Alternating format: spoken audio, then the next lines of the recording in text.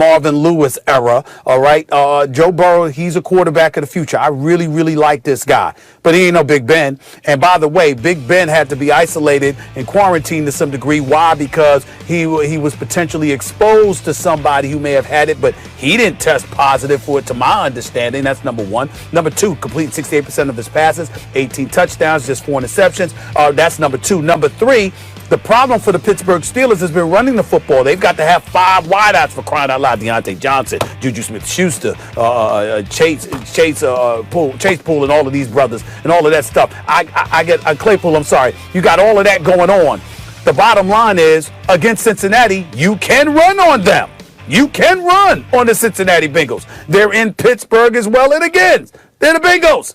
I expect the Steelers to show up and respond and put forth a better performance. I expect them to look in the mirror, recognizing how they stunk up the joint against the Dallas Cowboys, and that there was no way some dude making his first start should have given them the trouble that they gave them last week. I expect them to make amends for that subpar performance by treating a division team, a division nemesis, like the Cincinnati Bengals, with the level of attention and fervor and focus that they deserve. And I expect the Steelers to go in there and handle their business and improve to 9-0 against a rookie quarterback in Joe Burrow, who I like a great deal. But damn it, he's still a rookie against one of his top 5 defenses in the National Football League. Steelers, handle your business. Period. There's every reason to think the Steelers win this game. Rookie quarterback, as you mentioned, a defense who can get after it in multiple ways. You can see Joe Burrow under pressure the whole game. And the Bengals only have 2 wins on the season, and the Steelers are highly motivated coming off that Cowboys performance. Stephen A., I don't think the Steelers are going undefeated this year. I think that's a 2-loss team. I think you lose one game that's like a 50-50 game, a game on your schedule where you look, you go, oh, that could go either way. Maybe the Ravens. And you lose one game you're supposed to win. Now, I also agree that there are certain things about this that avoid being a trap game. First of all, Mike Tomlin doesn't play that, you know. Secondly, they have worries about COVID and how many guys are actually going to be available. They're preparing as though Roethlisberger's going to play. And thirdly, it's a divisional rival. But the game simply means much less to them than it does to the Bengals. This is a Bengals kind of playoff type game. You know, at a certain point, Joe Burrow, who looks like he is a future at least excellent NFL quarterback, and has already shown stuff that makes you go, I'd like to have that guy as a quarterback for my team right now, is have to start winning some games. They're a 2-win team. I think this may be one that they sneak by, especially depending on how many guys the Steelers are actually going to be missing on game time, come game time, because of COVID and because of their protocols. So I can't quite call it a trap game, but to me, it's like the next thing to it. You're supposed to beat this team. Let your guard down a little. You let your guard down a little bit. It is a divisional rival. And I agree with you that Joe Burrow is a special quarterback, but he has to start winning games. And this one, I have to believe, for Burrow and Cincinnati, has been starred for a while. I like the Bengals in the upset here by the skin of their teeth. I don't like it at all. And I think this is an opportunity for James Conner to show everybody that he's worthy of being the start running back in the National Football League. Look, I like the guy. I love his story. Love him as a human being. Obviously, he's a solid back. He's somebody that belongs in the NFL. But, Pittsburgh Steelers, particularly how they were spoiled by Le'Veon Bell those years that he was in Pittsburgh. I'm just waiting for James Conner to really, really break out. Not be some methodical guy that just assists in moving the chains, but when you need him on a 3rd and 1 or a 4th and 1, he just can't deliver. I don't need that. I want somebody that's going to break out and make some noise. And I think Cincinnati's got like the 19th ranked rushing defense, if I remember correctly. I'm not sure. But I just need to see more from James Conner in this regard.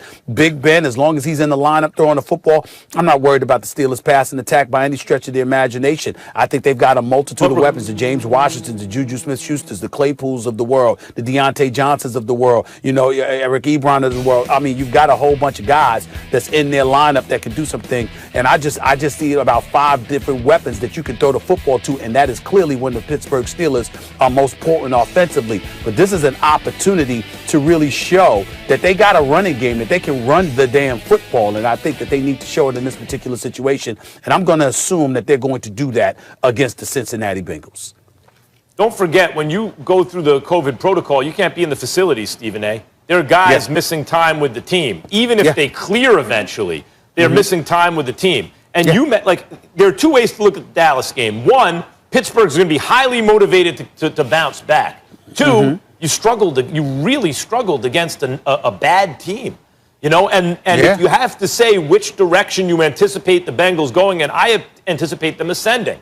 And even without Mixon, it's not like Bernard can't run the ball. Like, they have a running game, and they're going up. They can, and they're going up against a run defense that hasn't looked as stout as they've looked to start the season recently. So, yes, I expect Pittsburgh to be motivated. That's why I can't quite call it a trap game. But they're just not playing their best football right now, and there are reasons to believe, just based on practice time, protocols, even if they have their players, that football is going to get worse, not better. I like Cincinnati in an upset. Do you think the Steelers are going to go undefeated this year? No, I do not. Not by any stretch of the imagination, but I will tell you this. Because this is the kind of game you lose. If anybody could afford to sit out and not be around the team, it's Big Ben Roethlisberger. He's been there forever. He's about 38 years old. I mean, he's got 18 touchdowns, 40 interceptions, 68% completion percentage. I mean, the brother's been balling. So I look at Big Ben Roethlisberger. They know what they're going to get from him.